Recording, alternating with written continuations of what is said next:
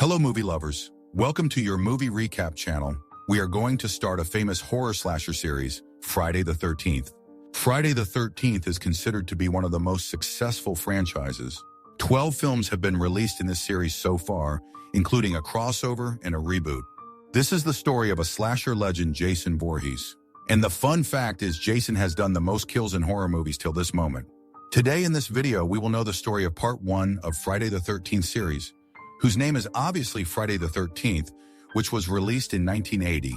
Its IMDb rating is 6.5. It was a low-budget movie, but still, it made a lot of money.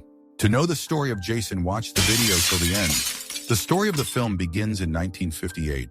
We see two counselors on Camp Crystal Lake who were in a cabin digging a manhole. A stranger attacks them both and kills them. Then the story goes to the present. We see a girl, Annie, who was going somewhere. Annie goes to a mall and asks the way to Camp Crystal Lake. Everyone looks at her as if they have seen a ghost.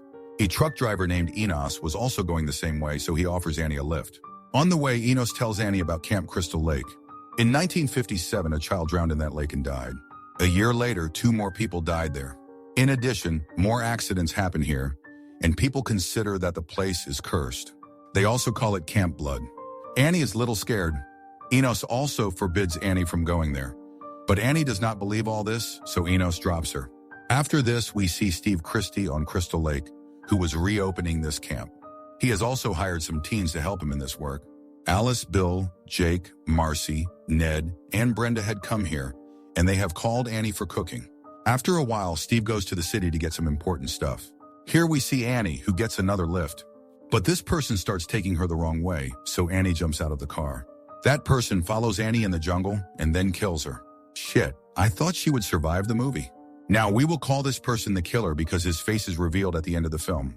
Meanwhile, here on the lake, the rest of the teens start having fun with the work. Someone was keeping an eye on them from a distance. By the evening, there's a strong storm here. Ned sees someone in a cabin and goes behind him. After a while, Jake and Marcy also come to this cabin. Ned's dead body was lying on the bed above them. His throat was cut. After a while, when Marcy goes to use the bathroom, the killer sits down and puts an arrow in Jake's throat, then follows Marcy and kills her with an axe on her face. Steve leaves the city for the lake, but his car breaks down on the way. He gets a lift in a police car. The policeman leaves Steve near the camp and goes on his way. Steve also finds that killer. Steve knows this killer, but the killer stabs Steve in the stomach. Brenda also disappeared, and only Bill and Alice were left. After a long time, they go to find them, but don't find anyone. They try to call, but the line was cut. Their car also broke down. After a while, their generator also turns off. Bill goes to check the generator alone, but takes a long time to come back. Alice goes to the generator room to find him and finds Bill's body on the door of the room, pierced with many arrows. Alice is very scared and goes to her cabin, closing all the doors and windows so the killer can't come inside. After a while, she sees Steve's car coming and runs to it. But Steve was not there. Instead, a lady who calls herself Steve's friend arrives. Her name is Pamela Voorhees. For those who don't know Pamela, don't get disappointed. She is a bitch. Now Alice tells Pamela that all her friends have been killed. Pamela calms her down and goes to see those bodies. Here it is revealed that Pamela is the killer. Pamela says that a child drowned here 21 years ago and died. His name was Jason, and Pamela is his mother. The counselor who had to take care of Jason was busy somewhere else, so Pamela killed that counselor. To avenge her son's death, she kills all the counselors who come to this lake and won't let this camp reopen.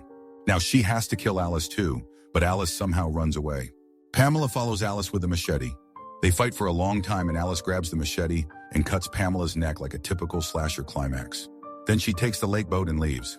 Being tired, she falls asleep in the boat and sleeps until morning. In the morning, police arrive there. Suddenly from the lake, Jason's body attacks Alice and drowns her with him. But it was just a terrifying nightmare. The police pull Alice safely from the lake. She asks if they found the boy Jason, but the cops say no, we didn't bother to check. Obviously, no one else was in the lake. Alice stares into the distance and whispers, "He's still there." And that's where the movie ends. Now, if we talk about that ending, yeah, Jason's alive. How? That's the mystery we'll explore in the next part. And next time, The Legend of Jason will be born. The movie was such a surprise hit, they released a sequel just 1 year later. The entire story takes place in one single night, Friday the 13th, which, by the way, is also Jason's birthday. Because it was a low-budget film, there wasn't much more shown on screen. A lot of the kills happened off camera. There's even one scene where a snake sneaks into Alice's cabin And due to low budget, the actors actually kill a real snake on camera.